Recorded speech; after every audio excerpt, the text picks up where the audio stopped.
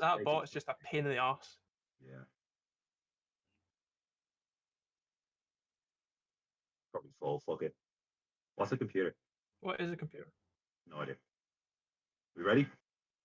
As ready as we'll ever be. Are we on the internet? Right. Now I have to do the introduction part, which I screw up every bloody time. So, hi, everybody. I love you. Shit. Everybody, welcome to the TUDublin Ethical Hacker Society YouTube channel. Now, not a podcast. We actually don't know what we're doing. We're making it up. Somebody's got COVID, possibly in the room. It's me. Not really. Today we welcome my very good friend, Zeph, a Scottish angry man who will fight you for your last pint. I'll let him take it away anyway. So, yeah. Before we start, because this has been streamed live on the internet, if you're easily offended, fucking leave right now. that's why. pretty much. If I offend you, it's a subjective. Fuck it, you're all cunts anyway, so it's fine. Going to do an introduction to red teaming. It's a talk I've delivered multiple times and fucked up multiple times, so it's going to just get better or worse depending on what way we go. As we saw in the pre-intro, I'm pretty shit at computers, so as a result, this might go fucking awful, but we'll just run with it. So yeah, I'm Andy Gill, Zeph on the interwebs. Oh, that button didn't work. There we go, it worked now, it's fine. So before we dive in, a little intro, a bit about me. I'm Andy Gill. I'm a senior red teamer for a company called Pentest Partners, most known for hacking sex toys and things, but we also do other interesting work. I hack shit and do stuff as a day job and also do it as a hobby. I write a blog, I wrote a book about getting into security and stuff. It's available for free, or you can go and, well, actually, no, it's available for free. I usually say you can go and pirate it, but it's available for free at the moment, so you could pirate the free stuff. I'm also the co-host of a podcast called WouijaCast, which is two Scotsmen just shouting at cunts, basically. So, yeah. And as a bit of a kind of preface or pretext, I'm not a blue teamer. I do red team and purpley stuff, and I'm kind of moving into the purple team stuff, which I'll talk about later on. I solve problems and educate people. So, and also, if anyone's got any questions throughout, just drop them in chat, and I'll answer them as I go, or I'll answer them at the end, depending on how people are getting on. So, kind of the agenda of this talk, I'm going to explain the differences between pen testing and red teaming, how they differ. While they are both offensive security, they have different mindsets and different methodologies and all that fun stuff. Then going to move on to talk about the key points, so explain what the attack framework is, what the fuck IOCs are, command and control, implants, and many more. No, we're not talking about tits here, we're talking about malware implants. I'm also then going to move on to talk about what makes up a red team, so the kind of knowledge required, what the stages of an engagement look like, what TTPs are, and kind of more important points. Then I'm going to move on to why do a red team? What is the actual objective of doing one? Are we just going to wreck house, or are we going to have fun with it? And then kind of finish off by talking about why blue team is the cooler team and red team is really fucking easy. So I need to move my notes on as well. I need to bear in mind that I've got 3 screens and none of them are moving at the correct speed. So anyway, so penetration testing and red teaming. Penetration testing is a fantastic title. If you ever get into the field and become a penetration tester, it's one of the best chat lines. I would highly recommend it. Anyway, so penetration testing is essentially assessing client systems. Clients in this case are customers. It can be anyone with permission, and they're generally done from a white, grey, or black box perspective. So what that means is, from a white box perspective, you're given quite a lot of oversight into the network. Usually you're given a set of credentials, a lot of understanding about the network, probably like network diagrams, understandings of where kind of key systems are, so where the databases live, where the kind of like personal information or kind of the crown jewels are, and you have that information up front. Grey box is kind of slightly less access, so you're maybe given credentials, maybe given a little bit of understanding of maybe there's a /24, so it's 10.1.1.1/24, and that's all you know about the network. And then from a black box perspective, that's where you go, no, fuck all at the network, and you just go in blind. And your objective is to find flaws and exploit them, usually. The term penetration testing often is kind of thrown about. People call anything a pen test these days. You find companies all over the world who are selling vulnerability assessments as pen tests, so whereby you go in to a network, run a vulnerability scanner, something like Nessus or Acunetics or something similar, and then you produce a report, and that is not a pen test, but people still call it that. What a pen test actually is assessing clients' security in a very limited time period against a scope of work. And usually before, or almost always before an engagement starts, you have the scope agreed with the client, whereby it's like, well, this URL is in scope, so maybe we're doing a web application assessment, like, right, okay, this is in scope, we're going to do it from a white box perspective, so we're going to have the source code, we're going to have credentials, we're going to go and have fun. Or maybe you're doing a network assessment and it's from a black box perspective, and your job is to go away and enumerate the estate. So you might be given, this is our base domain, which is example.com, and we want you to go away and find all the subdomains, find all the other things, and scan them and see what you can do with them. And then your kind of objective of a pen test is to find all the flaws and exploit them if you can, within reason, because you don't want to impact business kind of day to day. So you're not going to go away and do like a denial of service attack. You're not going to run something like Open Sentry and brute force things, which are black hat tools, but things like that. So that's penetration testing. That's not kind of a nutshell. There's a lot more to penetration testing, but this talk is going to focus on red teaming, which is what my understanding, or not understanding, my kind of focus is on now. So red teaming is the kind of the fun, the big guns, as it were. Red teaming is something that a lot of people who get into offensive security eventually want to get into, and a lot of people who kind of run into the red teaming go, right, I'm finished university, I've done OSCP, I want to do red teaming straight away. But often the problem with this is you need to have a much wider understanding of security than just typical pen testing. Now, from what I forgot to talk about in pen testing is when you get into pen testing, you can have any background and you'll probably do okay because there's plenty of tutorials out there. Red teaming is a different beast entirely because it's threat emulation. You're looking at threat actors, you're looking at threat intelligence, and you're looking at emulating them. What that actually means is looking at things like advanced persistent threats, organized crime groups, all these sorts of people, all the bad cunts basically. You look at what they can do, and then depending on where your client is based, so if they're in the finance sector, you might be looking at emulating kind of financial threats. You're kind of taking the techniques that are used by these bad cunts or bad people, if we're being politically correct, but we're not really, and you apply that to a kind of a scenario. So it's a scenario-based assessment, and the kind of backing behind it is threat intelligence. So you have an understanding of the organization, usually from quite a black box perspective, and your objective as part of the assessment is to go away and find as much as you can about this organization, come back, bring all the results together, and kind of define kind of the scenarios. So your objective might be, scenario one is to assess the external perimeter of an organization. So you find that they've got exposed remote desktops, like RDP, stuff like that. Maybe they've got exposed mail relays, so maybe you can spoof phishing emails in. A second objective might be to get access to their VPNs. That might involve some form of social engineering, whereby you call up the company and you say, "Hi, I'm Bill from IT. I need you to reset your password. If you could give me your password, I'll reset it for you." And that would enable you to get access to users' password and leverage that to get into the organization and do other treachery. Other scenarios might include like phishing. So more and more what we see in the kind of the real world, as it were, which is what we're doing in our red teams, we're emulating the real world. People get phished all the time. You'll get sent emails, they get smished, where you get a text message saying, "Send me your nudes now," or "I'm going to send me bitcoins, or I'm going to leak your nudes," that sort of stuff. What we do as a red team is we don't do that to people because we're not that evil. We tend to go, click on this link, or you're going to be made redundant, or this other stuff, which is probably equally as evil, but not quite as kind of immature, as it were. So what a red team does is a red team assesses security or organizational security at various levels. It gives you a more holistic understanding of what your security is at, whereby pen testing is a limited scope, red team is a bit more of a wider scope.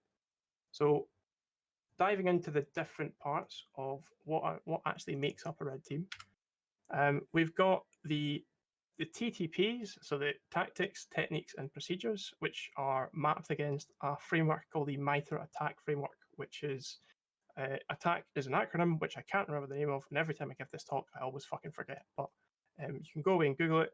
It's advanced something and common knowledge. And essentially, what these tactics, techniques, and procedures are different ways in which threat actors gain access to systems.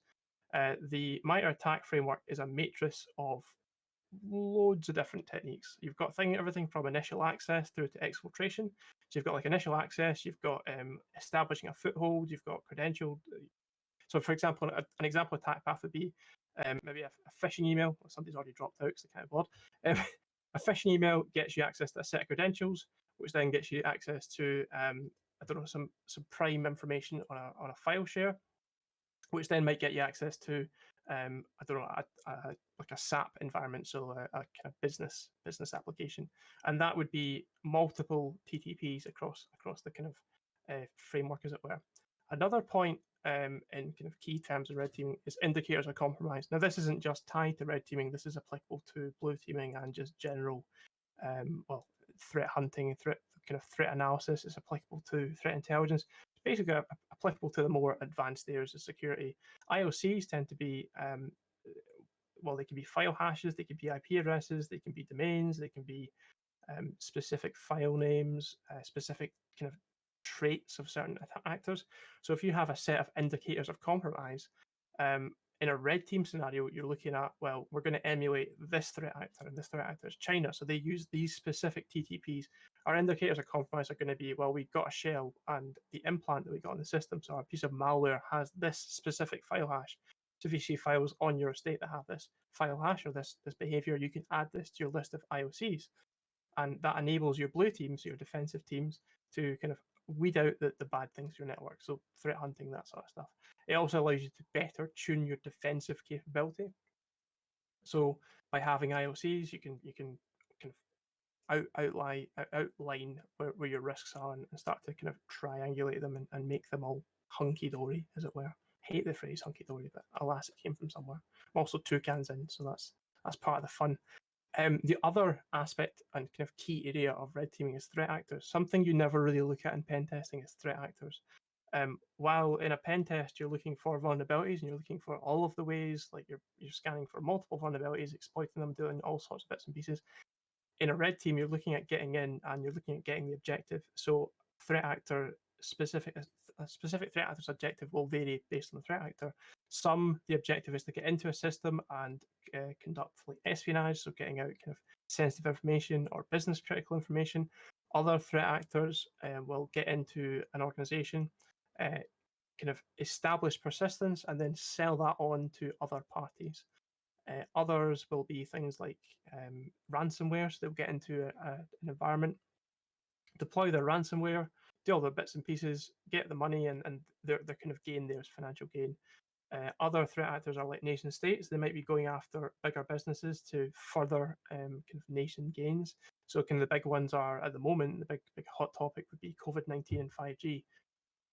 5G doesn't cause COVID-19, but the kind of furthering business interests around 5G would be maybe the Chinese hacking the Americans or vice versa to further their development of 5G and their deployment of 5G. So that has been seen in threat campaigns whereby the specific spearfish attacks, so targeted phishing attacks against American corporations by Chinese corporations looking to gain intel about who has the contract for 5G or who's furthering this technology. And there are people doing this all the time. You hear about it in the news, you hear about like big breaches and things that will have some form of threat actor behind it, whereby that threat actor might be looking to gain access to, like for example, a good one is Lockheed Martin. Lockheed Martin got hacked in like, I think it was 2012 or 2011 by the Chinese military, Chinese government. I don't think it was ever proven, but the kind of TTPs point to that. And what they did is they essentially stole the plans for the Eurofighter, so the big fucking fighter jet. And then all of a sudden, a Chinese company came out with what was essentially a mirror of the Eurofighter several months later, and it was traced back to the point that Lockheed Martin had been hacked. These blueprints had been stolen, and then they've been recreated. So that is an example of a threat actor taking, stealing sensitive information and leveraging it for financial gain.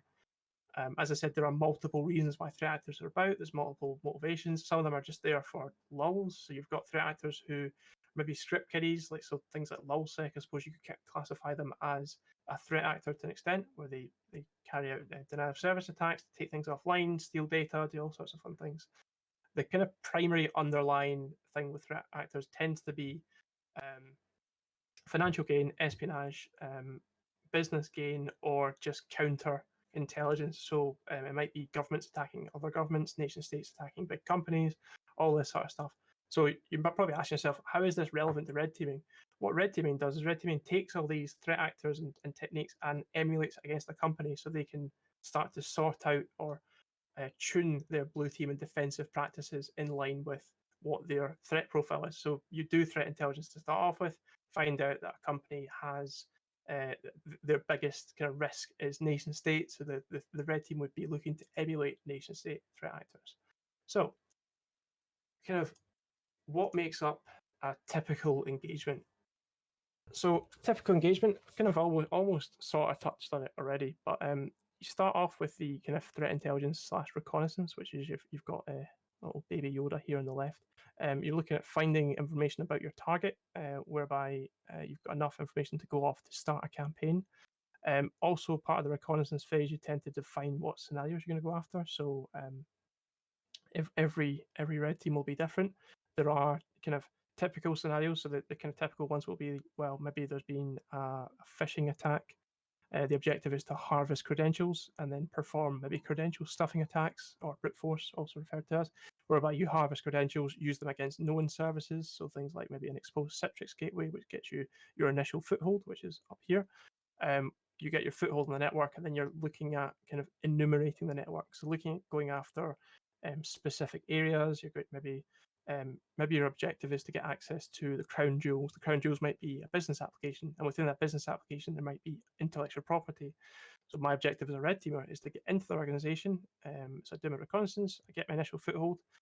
I'll kind of weaponize and deliver a payload into the organization. So that might be a malicious macro document. It might be calling up a company and pretending to be from IT, doing all sorts of treachery from that perspective. It might be actually walking up to a site. So things that are carried out in red team assessments tend to be, or not always, but sometimes are done from a physical perspective. So can I get into your building and can I plug in a Dropbox and then fuck off back to wherever I am? And then I've got kind of established persistence on your network. So that Dropbox will hook into your kind of LANs, your local area network. Maybe call back over 4G or 3G, and it'll get call back to a server that I control. Then I've got access to your network that way. Also, part of the kind of weaponization delivery, once you get your kind of foothold in the network, you're then looking to kind of enumerate your environment. So enumeration really does vary depending on who you speak to, but typically speaking, when I get my foothold on the network, the first thing I want to do is find out where I am on the network. So I'll find out about the host I'm on. Is it a workstation or is it domain connected? What users are logged in? What users are there on the machine? Is there endpoint protection in place? So have they got like EDR or antivirus? Paddy touched on EDR in his talk on Wednesday. EDR is essentially endpoint detection response is what EDR stands for, but it is a defensive tool that allows you to monitor everything on the endpoint. It's like antivirus on steroids, so it kind of triages things on the spot. It will pass information back to a SOC or a defensive team, which allows you to kind of do instant response and all that fun stuff. So when I'm doing my enumeration, I want to find out if that's on the machine, because that will depend on how my next attack goes. If there is EDR in the box, I'll look at what have I got in terms of my arsenal of bypasses. Can I bypass that EDR solution, or maybe I can avoid it? If it doesn't have EDR in the box, right, what else can I do? Is there any logging in place? Have they got things like Slunk deployed? Is there Sysmon in place? All this sort of defensive practices, and I'm looking for these sort of things to find out more. Once I've done my enumeration, I'll maybe then start to look at what else is connected to this network. Is there maybe multiple domains in place? So if I drop into a Windows network, are there domain trusts in place? So maybe I'm on corporate.local, and maybe there's a domain trust that is corporate.net, and maybe there's another forest that's got corporate.defense, and maybe corporate.defense is where the crown jewels are. So I want to try and get there. So my next step would maybe be pivoting. So once I've found what the trusts are in place, maybe I've got a standard account, can start to do privilege escalation, do all sorts of fun stuff from there. And just kind of a plug during the talk, I've started a series on Twitch and also on YouTube and a blog series as well, which is called Paving the Way to DA, which talks through these kind of techniques. I'll post up links afterwards and I'll answer questions and things. But essentially, what that series does is that takes you from zero on a network through to domain admin, and that is what you're looking to do when you're doing enumeration of a network. You find out what you've got, you find out where you are, and then you start to go after your hunting your objectives. So typically, you get your foothold, you find out where you are, you find out where you want to go, and then you kind of make your path there. So your privilege escalation techniques might be that you find credentials in a file. So maybe, I don't know, maybe a lazy system administrator stores their domain admin password in a text file. Maybe that text file is called passwords.txt. You find that and you've got domain admin, or you've got local admin, and you can start to use other techniques. Maybe we don't get domain admin straight away. And it's worth noting as well, one thing that people often overlook in red teaming is that domain admin is the objective. And more often than not, it's probably just the start of the chain. It's not even the kind of end objective. Yes, domain admin helps, but often it's not the only way, and it's not the only solution. So I'll establish my foothold. I'll get my local admin privilege escalate. Maybe look at where that local admin has access. So if the organization has poor local administrator, maybe they don't deploy local LAPS, which is a local admin password solution, which means that the local admin password per box is different. If they have the same local admin, I can start to kind of hop onto different boxes on the network, start to find out more about what my environment is, and then start to hunt the objectives. So I might find that from an initial foothold, I can go to box B, which has access to this corp.net domain. And through this corp.net domain, I can actually pivot onto the corp.defense domain, and that's where my objectives are. So they are what makes up a typical engagement. Obviously, that is one scenario. There are multiple scenarios in engagement. The typical length does vary. I think the average red team these days tends to be between 50 and 100 days of testing. Obviously, that really varies based on the organization, based on the target, based on everything else. It's also based on the region. So a company in the US might do a red team slightly different than those in the UK or in Japan or in France or multiple nations around the world. There are multiple ways of doing it. While the mindset is the same, the kind of execution is slightly different. So the next slide we have. Oh, fuck, I can't do computers. Computers are bad. Why do a red team? So we've kind of talked through how you do a red team, but why would you think about doing it? So I talked about pen testing versus red teaming at the start, and I kind of talked about how they're kind of very different. But the reason why you would do a red team, what the fuck is the actual point in doing one? Well, you want to assess an organization's security overarching. What does that actually mean? Well, in a pen test, you typically assess a very limited scope. So you've got a URL or a network or something else. In a red team, you've got people who are in scope. So that your kind of your people, your policies and your procedures, and your technology and everything else. You're kind of assessing that from a more holistic understanding. So you might find that you've really shit hot your technology, you've got everything locked down, but all it takes is kind of Brian in IT clicking on a link or Brian in admin clicking on a link, and straight away you're pwned again. Things like WannaCry, for example. WannaCry was what happened like 3 years ago now, or 4 years? Fuck, it was a while ago anyway. And that was a piece of malware that propagated across the network due to exposed SMB on the internet. So having an understanding of your external is useful. Why I used WannaCry as an example. WannaCry, the initial kind of vector was initially thought it was from a phishing email. So somebody clicked on a phishing email and it had spread that way. That's often how malware is spread. Things like ransomware campaigns now, so things like Emotet, which is a known threat actor, they spread malware using a piece of malware called TrickBot. It basically ransomwares the network and does all sorts of fuckery. So by doing a red team, you can start to prevent and look at how you triage that effectively. So when you're triaging, your blue team or your defensive teams or your IT teams are looking at the issues in your network and how do you solve something. So if for example you do get compromised, how do you triage that? How do you contain that issue? A lot of companies will be like, oh well, we're doing a red team, we'll just watch them. But in actual fact, that's not a proper assessment. You want to look at the time to detect and respond, and then improve the blue team metrics off the back of that. So if I compromise your organization, how long does it take your defensive team to one, spot it, and then two, kind of respond to it? So what do they do in response? Do they just sit and monitor the endpoint, or do they take the machine off the estate, or do they contain it, drop internet access, all this sort of instant response stuff like that. As well as kind of having understanding of the organization's security, it is, as I spoke about a couple of seconds ago, it's about improving blue team metrics. So while you can spend millions of euros, pounds, dollars, yen, whatever a year on security, if you don't actively kind of play test that security, it's null and void. I've had companies in the past who have spent literal hundreds of millions of pounds on security products, but they've been shit because their staff are inadequately prepared for if a threat happens because they've never actually play tested it, or they just don't know how to use it. So they've bought this really fancy shiny silver bullet, plugged in the network, and gone, right, cool, that's fine, that's all our problems sorted. When in actual fact, it's not properly tuned. It's not picking up on things like curve roasting. It's not picking up on rogue machines being added to the domain. Curve roasting is an interesting one. So curve roasting is the process of asking a domain controller nicely if you can have all its hashes, or all its service account hashes, and you can use those service account hashes to access other things on the network. Typically speaking, you get the hash for a user. The user has a service account associated with it, and you can access that service with that service account. More often than not, in legacy domains, if you can curve roast the estate, you can find that service accounts tend to have more elevated privileges. So that might be a local admin, it might be domain admin, it might even be enterprise admin. And with that level of access, I can do so much more to your kind of environment. So things like going back to the original point of tooling, if you have the fancy tools and they are doing all this cool stuff, but they're not actually catching those kind of underlying issues, then you've got bigger problems at hand. I'm just going to open a second can because it's a lot of talking in a short space of time. So just bear with me just a second. I need to get. Gotta ask, is it Iron Brew? Is it actual beer? It's cider.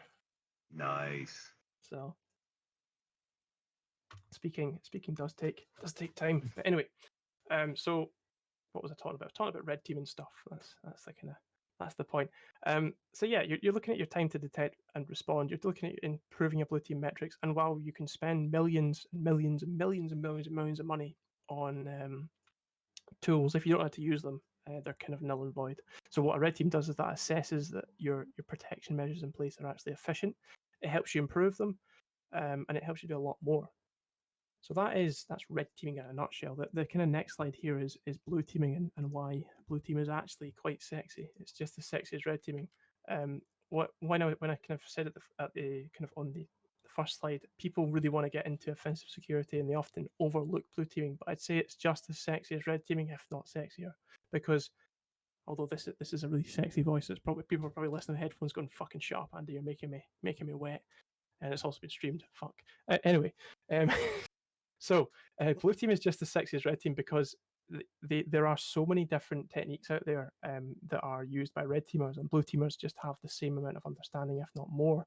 And the problem with red teaming is, or not problem, the problem with blue teaming versus red teaming is, in a red team, you only need to be lucky once. I need to get into your organization once and wreak havoc. Blue team needs to be lucky. They need to be correct every single time. They need to spot every single attack. They need to prevent things. It's a much harder job, and kind of, I suppose, by argument's sake, much more rewarding from that perspective because you're stopping threats on a daily basis. Because the best offense is defense. Once you can understand how an attacker works, you can defend better, and vice versa. If you understand how a defender works, you can learn to kind of bypass defensive measures, but you can also learn how to advise people on a better basis. Because one of the other things as part of a red team, while you get to wreck house and find all the flaws and the other things, you also need to write a report at the end of it that explains what you've done, how you've done it, how it maps up to the blue team metrics, and then how to improve it. And it's one thing that a lot of people overlook is, yes, you can hack the shit out of things, but if you don't know how to effectively improve, the client is getting no value from that.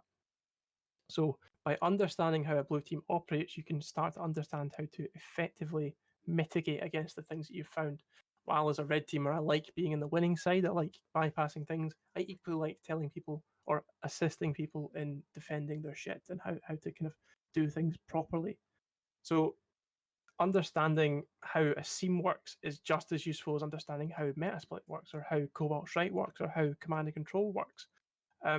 By doing that, it means that you become a better rounded security consultant. You're not just offensive, you're defensive as well, or vice versa. So for anyone who's looking to get into the security sphere and is purely focused on pen testing, don't kind of don't look past the aspect of defensive, because if anything, I'd say if I was starting again in my pen test career, I would go into defensive security first and then move into pen testing, or go into a system administrator role first and then go into the offensive security. Because one of the things I'm trying to hammer home about doing my stream about paving the way to DA is you need to understand how things are built before you can break them. The better you are at building things, the better you're going to be about breaking them, and the even better you're going to be at defending them and fixing them. And having that kind of 4-stage understanding of security will make you such a good attacker or such a good defender. So learning about defensive measures, looking at deploying SIEM, like a security incident and events monitoring, I think is what it stands for. I'm really shit at acronyms, but there's so many of them security that you learn to Google things really well. So you want to learn before you can walk. You learn to walk before you can run, so learn to defend just as you're attacking. So that's kind of blue team and red team as a whole. I realize I've rattled through this talk in a matter of 25 minutes. It's meant to be an hour, but there's now plenty of time for kind of things to check out.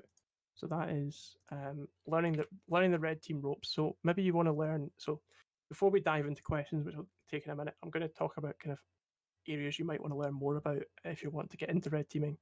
I said at the start, you can't really dive straight into red teaming, but what you can do is build up a kind of a large inventory of understanding of different areas of security. I'd say the key areas you should probably learn about are Windows. Learn to create labs. Learn about capture the flag things. So like hackthebox.eu is fantastic. Go and read about MITRE ATT&CK. It's really interesting from attack, defend, and everything else because it's the techniques are used across the board, and if you have an understanding of them, it's really useful. Also learn about threats and things. I've listed FireEye here as an example, but there are lots of other blogs out there from threat intelligence companies that put out really good content around emerging threats, emerging campaigns, all these sort of things. And you might be wondering, oh, why is this useful? Well, if you look at it from my perspective as an attacker, if I can understand how other people are getting caught, I can start to tune the way in which I do an attack, and that just kind of well rounds your understanding. The other things you want to kind of have a baseline understanding is baseline technology. Things that you do in your free time, which are technology related, actually relate to kind of what you can make a profession out of. So understanding how a Windows network fits together, go away and create a domain. Like go and set up a domain controller, two clients, so like two workstations, so Windows 7, Windows 10, whatever, and just have them talking together. Create an account, log in with that account, do all that sort of fun stuff. My good friend Neil Lines, also known as my exploit 2600 on Twitter, has created a fantastic blog post, and I refer to it time and time again. His blog talks about how to build an active directory environment. It takes you through step by step, holds your hand, and does all that. So having that kind of capacity is really important. And I suppose another thing to keep in mind is you don't need a stupidly powerful machine to do this. If you can run 2 or 3 virtual machines with 1 or 2 gigs of RAM, you're probably going to be okay. You can play about with things. Well, more RAM is useful, but you don't need to spend thousands of pounds. You can have a pretty cheap laptop that runs this no problem. You can also use things like the cloud, so things like Azure and AWS have this functionality built in. So yeah, there's a lot of things you can do. Other things that are worth keeping in mind and kind of looking at is from a capture the flag perspective. Now, I talked about Hack the Box. Hack the Box is very kind of, I wouldn't say unrealistic, but there are a lot of scenarios that are very capture the flag like, where it's like, well, you have one specific area to go down. But if you can get good at enumeration and finding out about environments, you can get really good at kind of finding flaws. Then you'll kind of prosper as a red teamer because you'll have a more rounded understanding. Also, from the perspective of operating systems, go and deploy an operating system. Go and try something new. Go and, dare I say it, go and run Arch for a week. Try and build Arch. It's fucking painful to do, but you learn a lot about Linux by doing it. I wouldn't run it on a daily basis. It's a pain in the ass, but like it's something to go and do. Create operating systems, create labs, learn about Windows, learn about like mail technologies. That's another thing. Email technology, SPF, DMARC, DKIM. I've written multiple blog posts about them. You can go and read them. I'll put a blog up after this. Learn about how they work, how they can be exploited, because the mindset that you have for offensive security isn't just applicable to red teaming, isn't just applicable to pen testing. It's applicable to things like bug bounties as well, and that's an area that you could potentially earn more money in. You can do fun stuff. I mean, I wouldn't go after bug bounties just for money. I'd go after them to learn more as a first instance, and then move on to kind of earning money, because the more knowledge you've got, the more powerful you can be. I've done talks in the past about applying the mindset of bug bounty hunting to red teaming, and you can go and check that out. It's on my blog. There's basically, if you want to learn about red teaming, I've written a lot about kind of general offensive security that's probably quite useful. So I'd say go and check out my blog. But yeah, the kind of building a rounded understanding. The other thing going back to the previous slide where about blue teaming, go and learn about defensive techniques. Go and kind of learn about Wireshark. Learn about how a seam works. Go and learn about elk stacks. Go and learn about all this sort of stuff.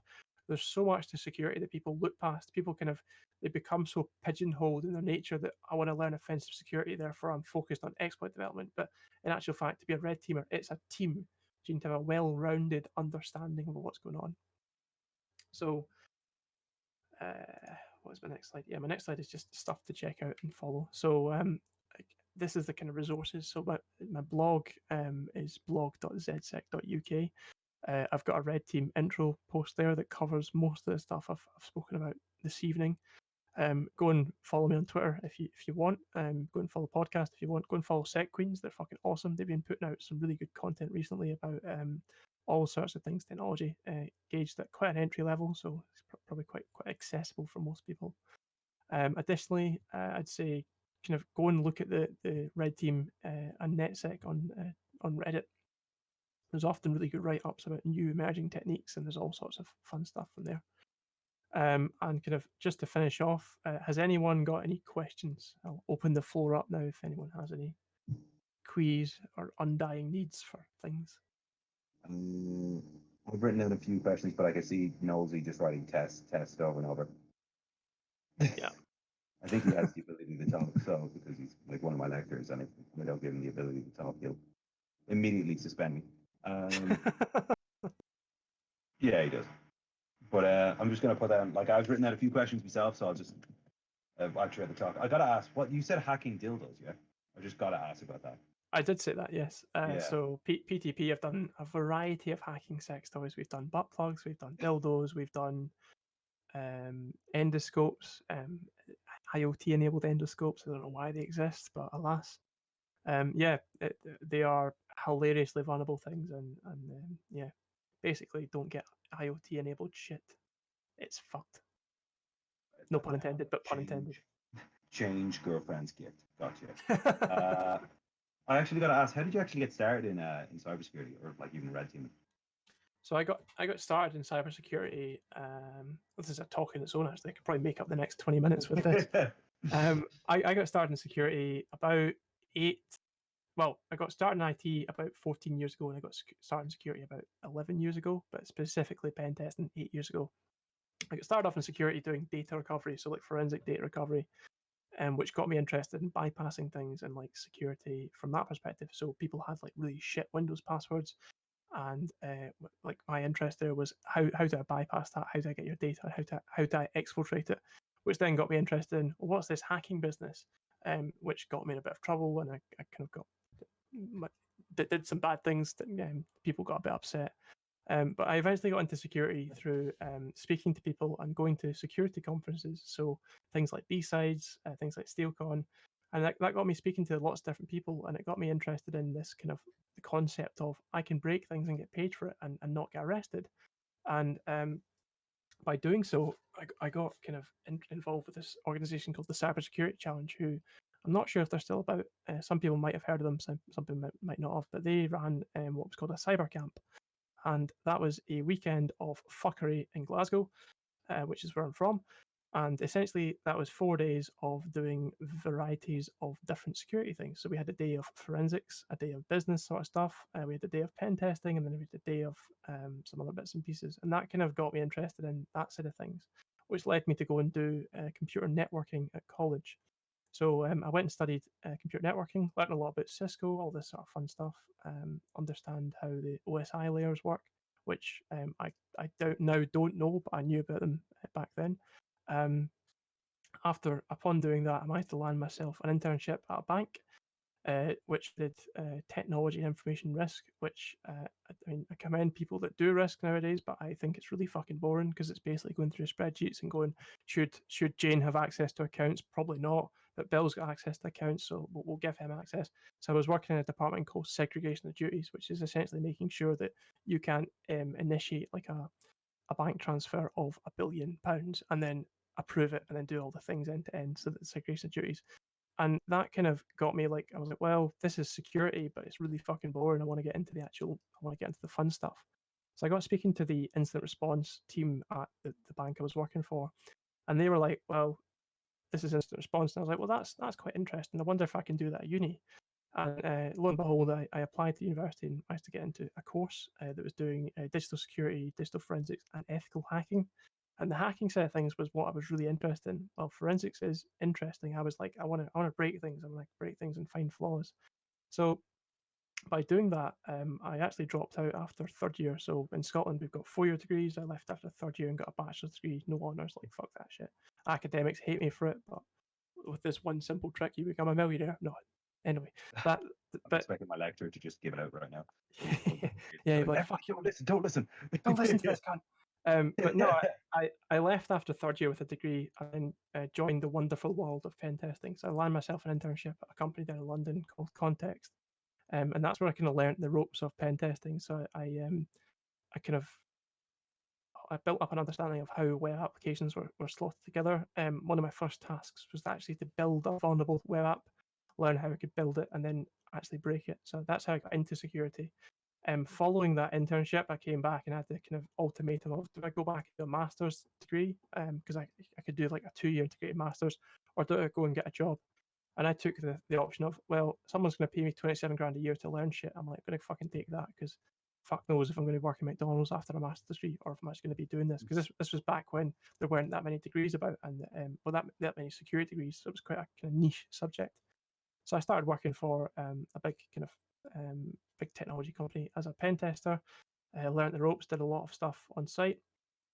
I met I now look back to him as the man who taught me the ropes, a guy called Paul Ritchie, Corner Pirate on Twitter. He taught me the ropes of pen testing. He taught me how to report and how important it is explaining things to customers.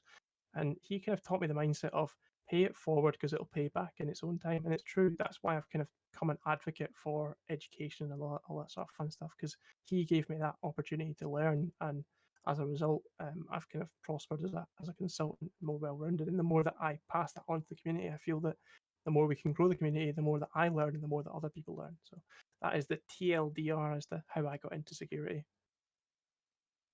Hey, that's pretty classic. I honestly didn't know. I honestly thought you went through college and just wrote something. No, I was just shit.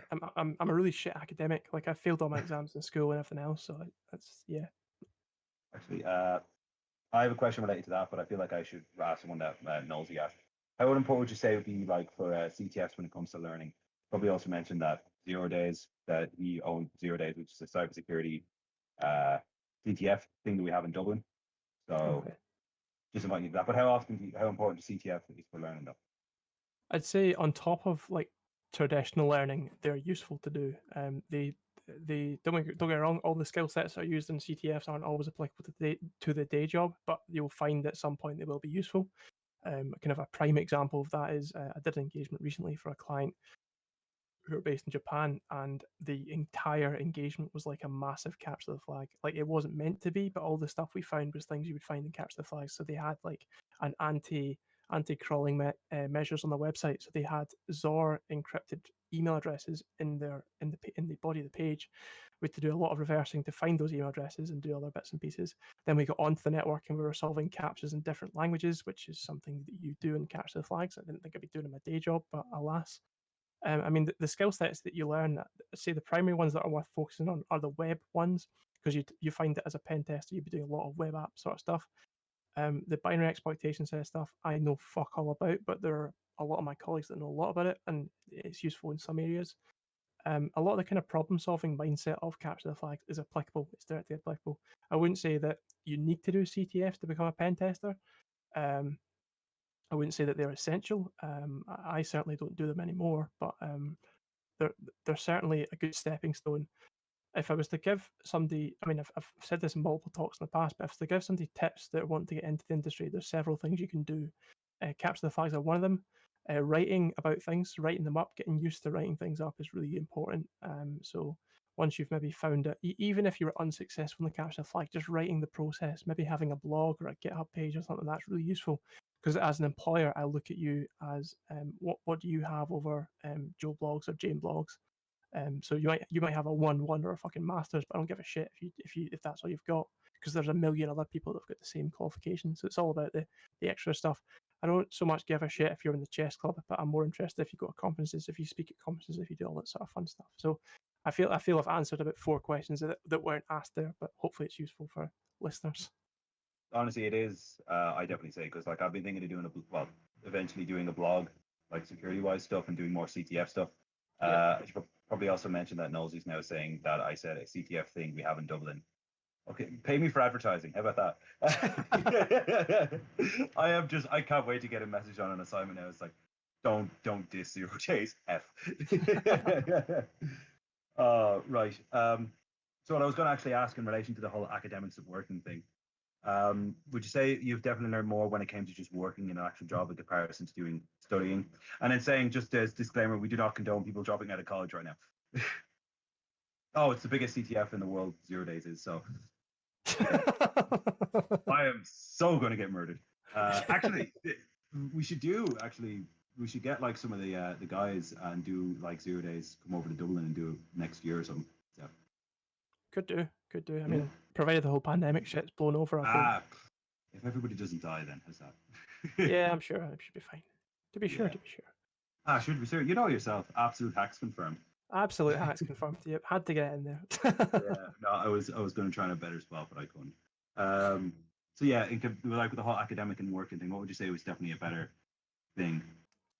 I'd say personally, I mean, people will disagree with me on this, but I'd say you're always better with industry experience than you are with a degree. Now, most of you folks will be in university right now, and I'm not going to be like, right, go and fucking drop out university. Having a degree is useful because it shows that you can apply thinking and knowledge, but it's not always applicable. Most degrees are outdated and they will continue to be outdated. And the problem with that is they're not updated as often as you'd like to be, because the kind of unfortunate truth is technology is changing on an hourly minute basis. What is correct today may be incorrect tomorrow. So from a working versus a kind of academia perspective, if you get the opportunity to take a job and it's a decent amount of money, I don't give a shit if you haven't completed your degree and you've got a year's experience in the industry. I'm going to pick the person who's got experience over a degree every single day of the week, because the unfortunate truth is industry experience is worth its weight in gold versus a degree. I've had people in the past who've had PhDs, who have been shit hot on paper, have got theses and all that shit. But realistically, if you've got a year, 6 months experience working for a consultancy, I'm going to hire you because you are deployable as a consultant rather than, I've got I've got a paper that theoretically says that I can break RSA. That's cool, mate. You've done a bunch of 4 years of your life and wasted it. I don't give a fuck. Like, that's just me personally, but yeah. So, sorry, academics on this call who are just like, my life is a lie. You've just been targeted. Beware of your car. Fuck. We're gonna get blocked from YouTube just for that one joke out of all the other ones. But in fairness, you're the one who gave the whole parental guidance. So no, I'm just going with it. Yeah, it's fine. Yeah. Well, I was gonna ask something, but I gotta say, actually, you were saying about the masters thing. Would you eventually do your own masters now that like degrees are sort of starting to gain a little bit of weight now, to an extent? Probably not, to be honest. No. I think my industry experience is probably enough that if I ever went to work for another company, I've got enough experience that a master's isn't really valuable to me. I also suck at exams. Like I'll be the first person to say it. I'm really shit at exams. There's several certifications in the UK, in the world, that are required to work in the UK for. So things like CREST, things like Tiger Scheme, things like Check Team Leader, Check Team Member, and I fucking suck at them. I failed my Check Team Leader exam 5 times. Like, it's fucking tough exam, but I failed it 5 times, passed in the 5th attempt, but it's tough. Like, I just suck at exams, so I think doing a master's degree would just be a recipe for disaster. Just spend weeks of my life just going, well, this is shit. Fair enough. I always was just curious because then you can get a master's, then a doctorate. You can go like, oh, look at me, I'm Dr. Gill.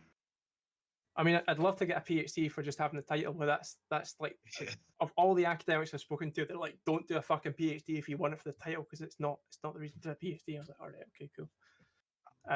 There's a question of how would you get experience in the first place if places don't take you on with experience? There are lots of places that will take you on. Look at internships while you're at university. So a lot of companies, I don't know about the current climate, but a lot of companies will take you on as an intern. So maybe like 3 to 6 months working over the summer. Typically speaking, internships tend to start looking for people around about October for the following summer. So they're worth looking at.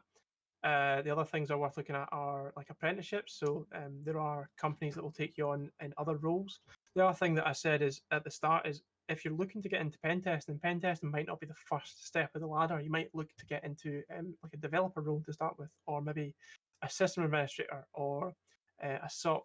You can get experience working in a SOC, absolutely no problem, because they tend to be their shift work. They will hire people. I wouldn't say it's the easiest interview, but you can get experience working in lots of different areas. And it's one thing a lot of people look past is the kind of other areas of security where you can start to channel your understanding into what your focus area might well be, which could be pen testing, or could be blue team, or could be defensive, could be white team, could be orange team. There's fucking teams coming out the fucking arse. There's so many of them. Anyway, I made a joke about black teaming at SteelCon last year, which split the room, and I'm not going to make it on stream because this is live on the internet. So, but I can probably guess what it is, and I cannot legally condone whatever the fuck you're about to say. I've already made enough enemies in this stream already. If you want to hear the joke, go and watch my SteelCon talk, basically, and skip you're gonna through. you'll have to send me that. I Like 3 o'clock in the morning. Hey, look at this. You're saying about Seams actually. What would you say personally? Do you use Seams yourself actually a lot? Well, like as in a deployed SIEM, I've deployed a SIEM once. I have Splunk deployed on my home network. Or sorry, I had Splunk deployed on my home network until last night. Until 4 o'clock this morning, I decided I was going to re-architect my home network and fucked up my lab. So I had a SIEM deployed. It was pretty good. Now I don't have a SIEM deployed because I thought at 4 o'clock it was a good idea to re-architect everything. So don't do drugs, kids. Drugs are bad. Jesus. Okay, we've got drugs. What's next? Possible racism. You've got a Scotsman on, but pissed off sponsors. Yeah. Cool. I'm really good at getting us losing all our sponsors.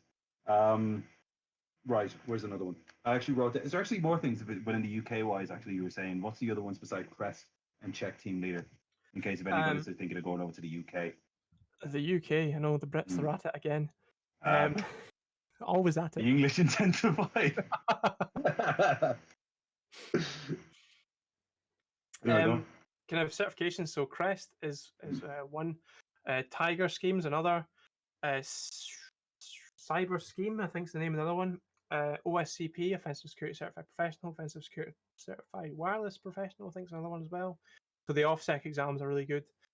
They're the kind of entry level, kind of more up the tier sort of things.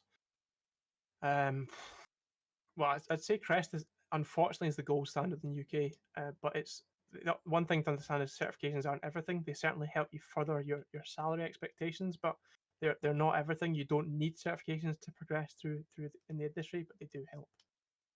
So say actually, say if like in the scenario that you're saying, but like if somebody has a degree and you just look at it, it's like oh whatever. If somebody has a degree and with on top of that also has certifications, would you be more likely to take them, or is it like the same but more? I'd be more likely to take. So I think that our default at PTP, the company I work for, our pentest partners, we require entry level folks to have OSCP. That's the kind of baseline. So even if you've got a degree, we require you to have OSCP on top of that or relevant industry experience. So I if you had OSCP, I'd certainly consider you for like speaking to and doing other bits and pieces. We have technical interviews on top of that. We're not just going to hire you off the bat if you have a piece of paper that says you can do something. We want to see applicable skill sets as well. And that'll be the same for a lot of companies as well. Most companies won't hire you based on what you've got on paper. They'll probably do a technical interview and actually assess if you've got the applicable skill sets. Basically, what you're telling me is get OSCP. Yeah, and for anyone who missed it, TMHC, the Many Hats Club Isolation Con, TJ Null did a really good talk about preparation for OSCP. I think it's up on YouTube now, or if not, it'll be up soon. That's worth checking out. It's like a full in-depth guide of things to look at for prepping for OSCP. So worth talking about TJ Null. Actually, would you believe I convinced him by totally not bribery to do a talk here on the 13th, I believe.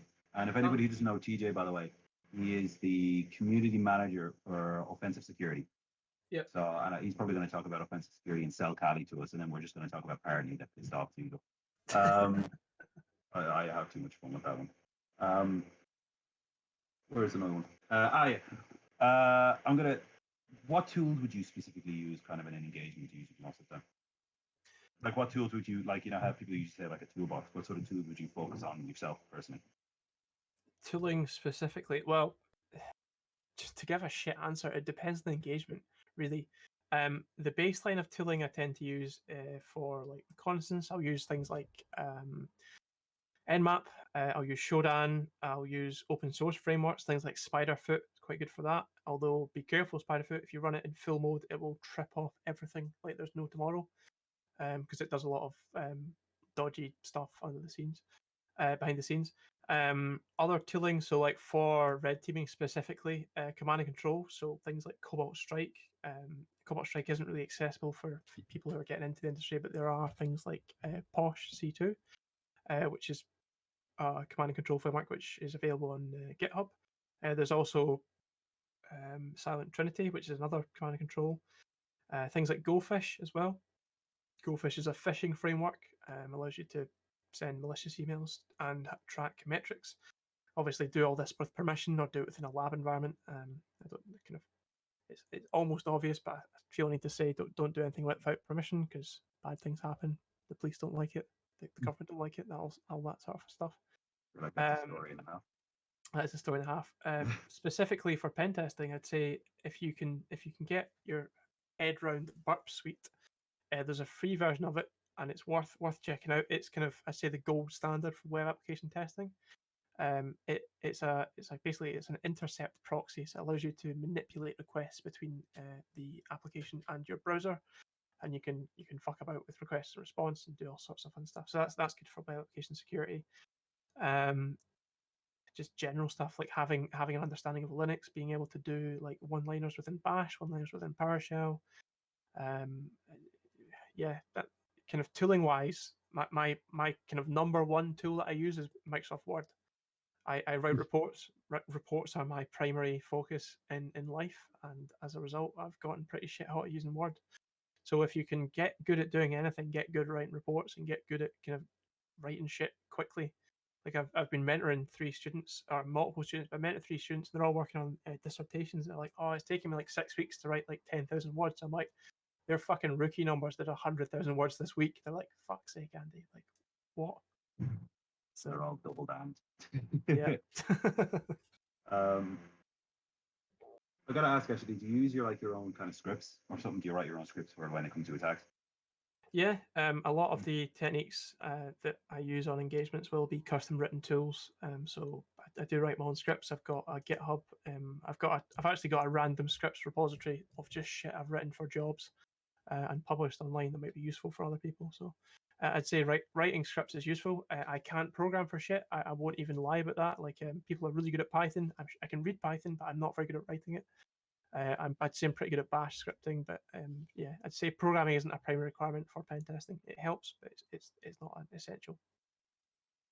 So it's just more of an added plus, really. So if you were to like looking at a pen tester, you'd say like, oh, they can script, you know. I'd say it's useful. At the end of the day, additional skill sets are always useful. You could be a nuclear physicist and have applicable skill sets for pen testing, and I'd probably still consider you for your the first understanding of things. But yeah, don't do terrorism either. That's probably bad as well. Yeah, that's the one thing they can't accept. It's like, well, terrorism now. I gotta actually say, since you were saying like Burp Suite, don't quote me on this, but I think I saw something about Burp Suite having Burp Suite Academy possibly doing stuff free over the COVID stuff. I'm not entirely sure. I know that Portswigger have a kind of training course, and they have free stuff as well. So it is worth checking out. If you're wanting to kind of learn more about web application security, OWASP, so the Open Web Application Security Project, they've got an application called Juicebox, which is a kind of vulnerable application that allow you to kind of play test your skill sets and try things out and do all sorts of bits and pieces. There's also umpteen tutorials out there for how to do these things. So if you are unsure, following tutorials is also quite useful. So yeah, it allows you. The other thing it's worth doing is if you're looking at starting a blog, read someone's tutorial and then kind of rewrite what they've done, or not plagiarize, but kind of in your own way, so you can understand what you've done and how to do it. Just because somebody else has done it before doesn't mean you can have your own take on it. A lot of blog posts I've done in the past have been rehashes of things that people have done before, but it's done for my own benefit and it's helped other people as a result. Usually, though, I find that if you're doing your own blog post, though, you often find you'll add something that the other person will miss, though. No? Yeah, no, I've found that as well. That I think, is my screen still sharing or not? Yeah, it is. That's fine. Thought I was going to disclose all of my secrets there for a second. That would have been bad. No, I was going What's your to password? 1, 2, 3, 4, 5. It's actually Hunter 2, but we don't tell anyone that. Ah, did I tell you we're still live, or? Oh fuck!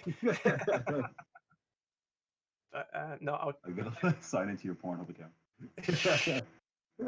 funny story about that. Yeah, that's my blog. If anybody's interested, there's lots of posts in there. Yeah, I'm still finishing off part 2 of my paving the way to DA, but I did plug it halfway through the talk, and it's certainly worth checking out. There's a stream up there as well for stuff. Talking about plugging, you should plug your book. Oh yeah, I've got a book as well. It's free to download at the moment. Called, actually, what's it called, Andy? It's called Breaking into Information Security: Learning the Ropes 101.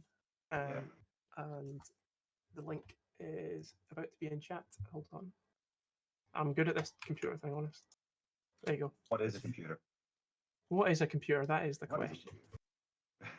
So yeah, it's free to download. I would usually recommend people pirate it, but it's free at the moment, so don't pirate it. You want to buy Andy a pint? You can set on 10 quid, and he'll send you the book. Yeah. Or was that just me? Oh no, it's 10 quid will do it. Yeah. Yeah. Although I don't know if my local post office is open, so I need to wait for a while. Right. Yeah. Although I will say, though, the book's actually pretty good. I've gotten through it once, and I want to read it over again as soon as I'm done everything, because it does have a good amount of tools in it. I noticed, like, a good amount of decent looking tools. Saying that, though, there's a possibility. I have a feeling like you wrote that down and you look back at it, it's like, I don't use that tool anymore. It's like, oh, that tool's not as good anymore, you know? Yeah, well, that's the thing with books. Sometimes they do become outdated.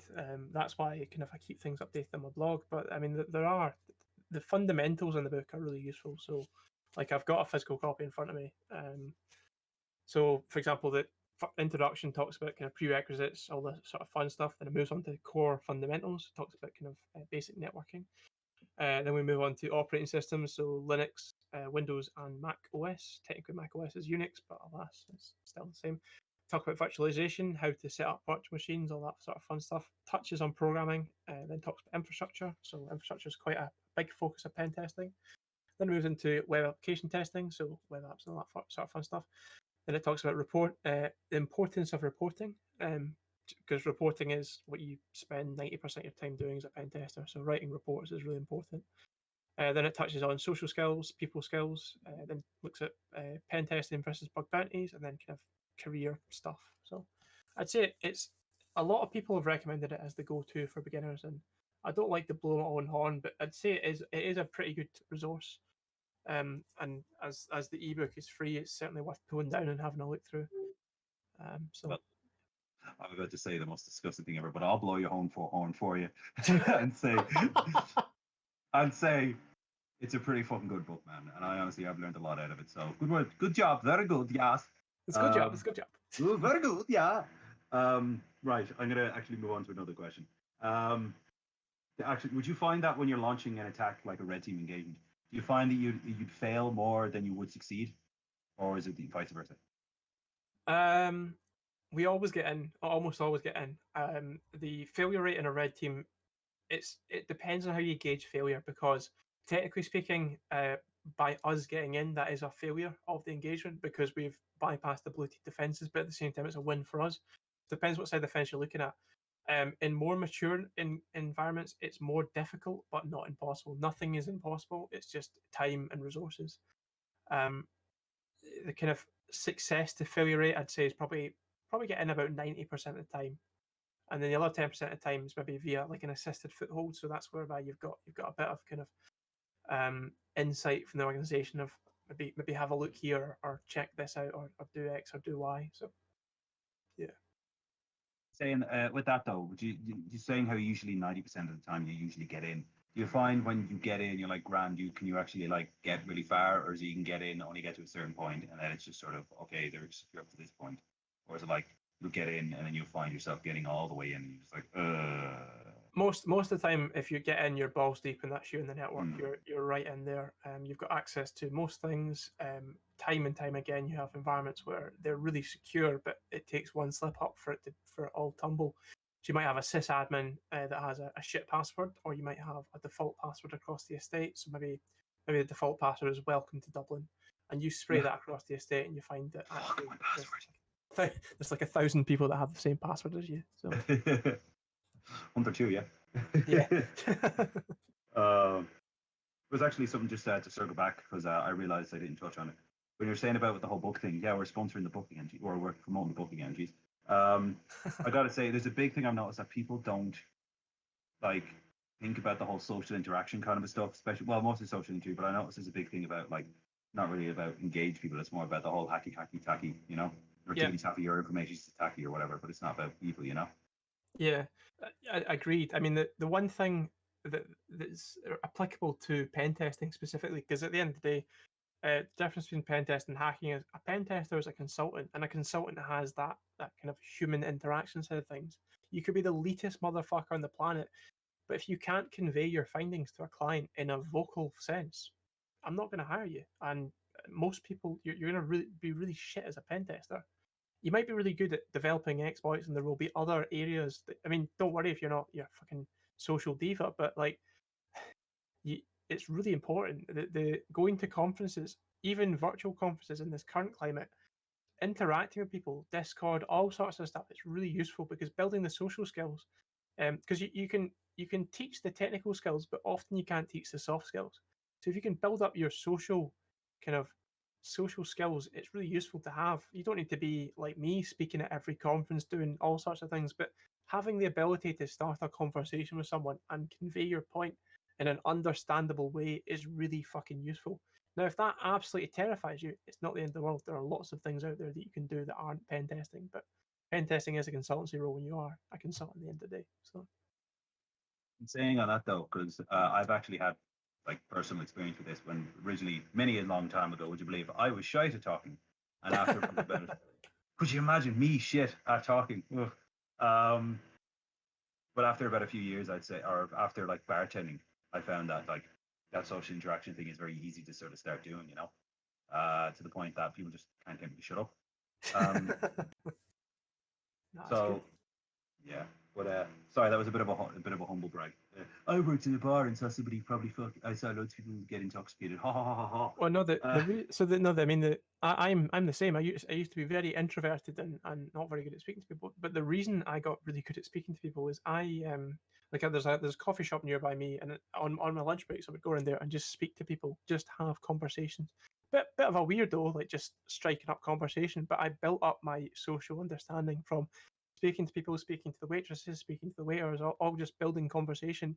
And it's the little soft skills that actually they improve the kind of the underlying things, and then going to conferences and speaking to people. And the beauty of conferences is you're around people who have the same understanding, and most people will probably be in the same shoes as you. They're maybe not so comfortable with social situations, but you're all in the same boat.